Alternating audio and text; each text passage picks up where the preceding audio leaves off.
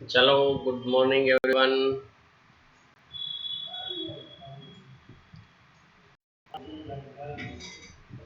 લાસ્ટમાં આપણે સમ number 5 complete કર્યો. હવે જો એક તમને જાણ કરતો કે ઓનો રૂલ્સ આવવાનો હતો. મેં કદાચ અગાઉ લેક્ચરમાં વાત કરી હતી કે જેને સેમેસ્ટર 1 2 3 4 કમ્પ્લીટ હોય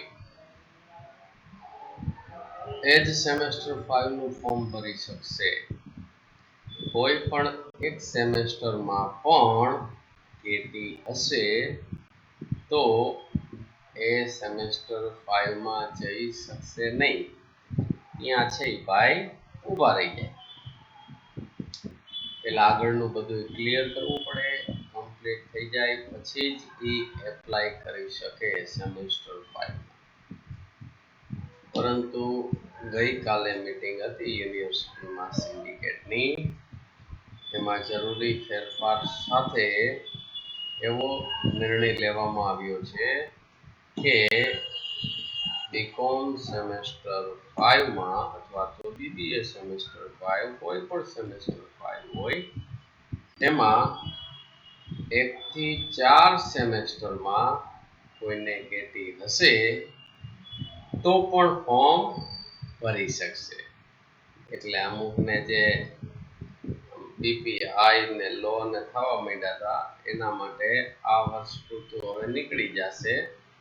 કારણ કે હવે ટૂંક સમયમાં રૂલ્સ થોડા આવા સ્ટ્રિક્ટ થતા જશે. તો સમજો કે એકાદા સેમેસ્ટરમાં એકાદા સબ્જેક્ટમાં કેટી હોય તો તમારે વર્ષ બગડી શકે. બરાબર. અને એટલું ધ્યાન રાખજો કે આ સેમેસ્ટર 5 અને 6 કોરોનાની કોઈ પણ પરિસ્થિતિ હશે તમને માસ પ્રમોશન આપશે નહીં. હાલમાં હજુ સેમેસ્ટર 6 ની પરીક્ષા બાકી છે અને હમણાં નવી તારીખ આવી છે 8 જુલાઈથી લોકોની ચાલુ થાય છે. એપ્રિલમાં પરીક્ષા લેવાની હતી એ 3 મહિના પછી મુલતવી રાખી અને એને માસ પ્રમોશન ન આપ્યું, તમને આપી દીધું 4 વાળાને, 6 વાળાને ન આપ્યું અને હમણાં પરીક્ષા ચાલુ થાય છે. એટલે સેમેસ્ટર 5 માં તમારે જેટલા લેક્ચર આપણે મૂકી છે બધાય વ્યવસ્થિત કરજો. માસ પ્રમોશનનો વેમ હોય માઇન્ડમાં તો કાઢી નાખજો. બરાબર. હા, જનરલ ઓપ્શન કે એવું કંઈક આપી શકે. અત્યારે હજુ કોઈ ચોખવટ છે નહીં એવી કે જનરલ ઓપ્શન આપવા. કદાચ નેક્સ્ટ મંથથી જુલાઈથી જો સ્ટાર્ટ થઈ જાય બરાબર તો કદાચ ન પણ આપે જનરલ ઓપ્શન. આપણે આપણી તૈયારીમાં રહેવાનું છે. બરાબર છે. અમુક તો પછી કાંઈ કરે જ નહીં કે સીધો સાહેબ માસ પ્રમોશન. પણ હવે 3rd યરમાં માસ પ્રમોશન કોઈ દિવસ આપે નહીં. બરાબર. એટલે વેમ કાઢી નાખવાનો. ચલો આ લેબરમાં આપણે 5 કર્યા. લાસ્ટ લેક્ચર લઈ લઈએ. હજી 2 સમ કરી લઈ. 7 છે એટલે ઇનફ થઈ જશે 7 ક્વેશ્ચન. અને 2-3 ક્વેશ્ચન મેં તમને પ્રેક્ટિસ માટે આપ્યા હતા એટલે 10 ક્વેશ્ચન થઈ ગયા. તો 10 ક્વેશ્ચનની બહાર લગભગ લેબર વેરિયન્સમાં પૂછી શકે નહીં. તો number 6, calculate different labor variances from the following information available. Total wages paid ₹6,000, standard hours allowed 3,200 hours, standard hour rate ₹1.50 per hour, wages paid is for 3,000 hours which include idle hour 100. 3000 actual hours આપેલી છે એના અંદર idle hours include થયેલી છે. આગળ જે આપણે સમ ગણ્યો એમાં કાંઈ include થયેલી હતી નહીં. ખાસ ધ્યાન રાખજો. સમ નંબર 5 અને 6 માં ચેન્જ થઈ જશે. તો પહેલા જે આપણે જે ક્વેશ્ચનમાં 4 પોઈન્ટની જરૂર પડે છે આન્સરમાં તો એ આપણે પહેલા તૈયાર કરી નાખીએ. AR કઈ રીતે આપણને મળે તો કે વેજીસ પેઇડ કરી છે 6000 અને એક્ચ્યુઅલ અવર્સ છે 3000 તો 2 રૂપીસ AR. SH આપણને આપેલા છે 3200, SR આપેલા છે 1.50 અને AH આપેલા છે 3000. તો સિક્વન્સમાં આપણે સ્ટાર્ટ કરીએ કે labour cost variance LCV is equal to into SR minus AH into AR. So 3200 multiplied by 1.5 minus 3000 multiplied by 2, 4800 minus 6000 is equal to minus 1200 adverse. Number 2, labor rate variance means LRV is equal to AH into bracket SR minus AR. 3000 into bracket 1 minus 5 minus 2. So 3000 multiplied by minus 0.5 is equal to minus 1500 adverse. Number 3, labor efficiency variance means LEV. LEV is equal to SR into bracket SH minus AH. So 1.5 SH છે 3200.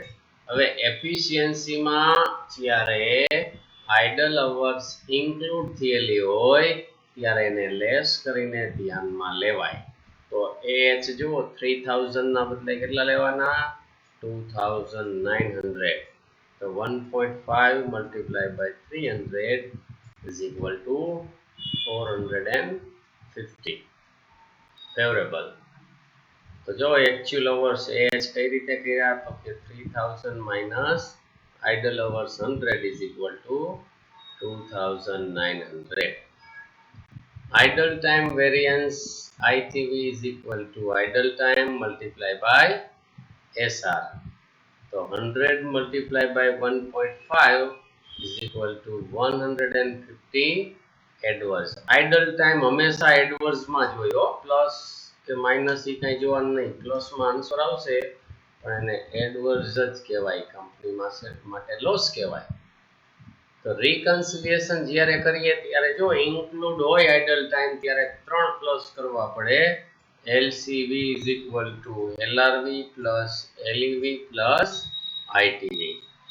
Minus 1200 is equal to minus 1500 plus 450 minus 150. So minus 1200 is equal to minus 1200. તો આ રીતે બે difference અલગ અલગ સમ હતા કે include હોય ત્યારે શું કરવાનું અને નોટ ઇન્ક્લુડ હોય ત્યારે શું કરવાનું. હવે લાસ્ટ સમ આપણે લઈ લઈએ છીએ question number 7. Labor records of Rajiv Limited are available as under. Number 1, standard hours 1600 and standard rate per hour rupees 2. SH આપ્યા છે 1600, SR આપ્યા છે 2. Actual hours 1550 and wages paid rupees 3410, 3410. તો AH આપેલા છે 1550 અને AR આપણે ફાઇન્ડ કરવા પડશે. કઈ રીતે? તો કે 3410 ડિવાઇડ કેટલા કરવાના? 1550. તો આપણને કેટલા મળે? 2.20 મળ્યા. તો હવે આપણી રેગ્યુલર રકમ થઈ ગઈ છે. આપણે ફાઇન્ડ મેક્સિમમ, જો આમાં શું કીધું છે? Find out maximum possible variance from above પર્ટિક્યુલર્સ. ઉપરની વિગત પરથી તમે મેક્સિમમ જેટલા વેરિયન્સ ફાઇન્ડ આઉટ કરી શકો એટલા ફાઇન્ડ કરવાના છે. આવું તમને કહીએ ત્યારે ફર્સ્ટ 3 જ આવે, આટલી ડિટેલ્સ આપેલી હોય આપણને ત્યારે 3 વેરિયન્સ જ ફાઇન્ડ આઉટ કરી શકીએ. બરાબર.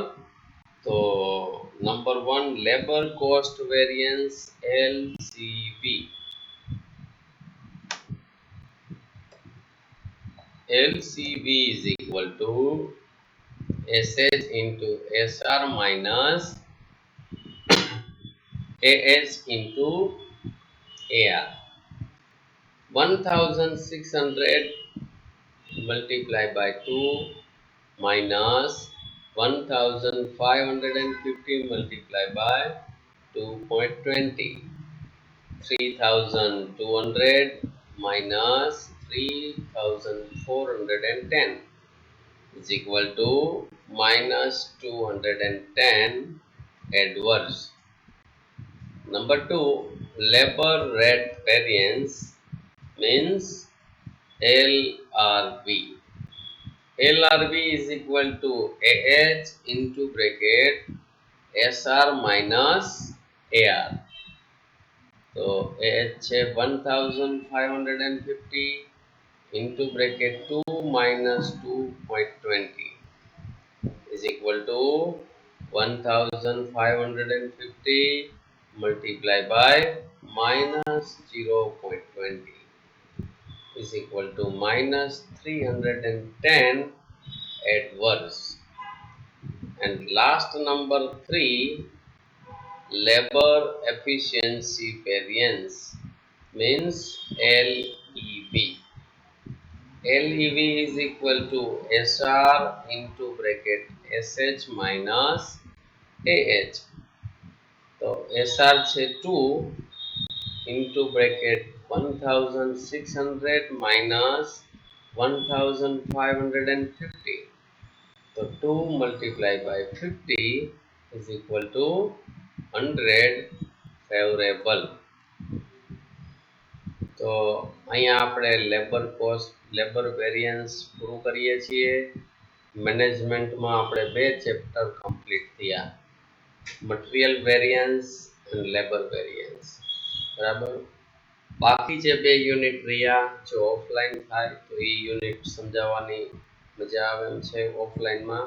છતાંય ન શરૂ થાય તો એ લાસ્ટમાં વળી પાછો રાઉન્ડ આપણે લેશું. 50% કોર્સ અત્યારે આપણે અહીંયા મેનેજમેન્ટનો પૂરો કરીએ છીએ. હજી આપણે પ્રેક્ટિકલ સબ્જેક્ટમાં સ્ટેટ ભણવાનું છે અને અકાઉન્ટિંગ 5 ભણવાનું છે.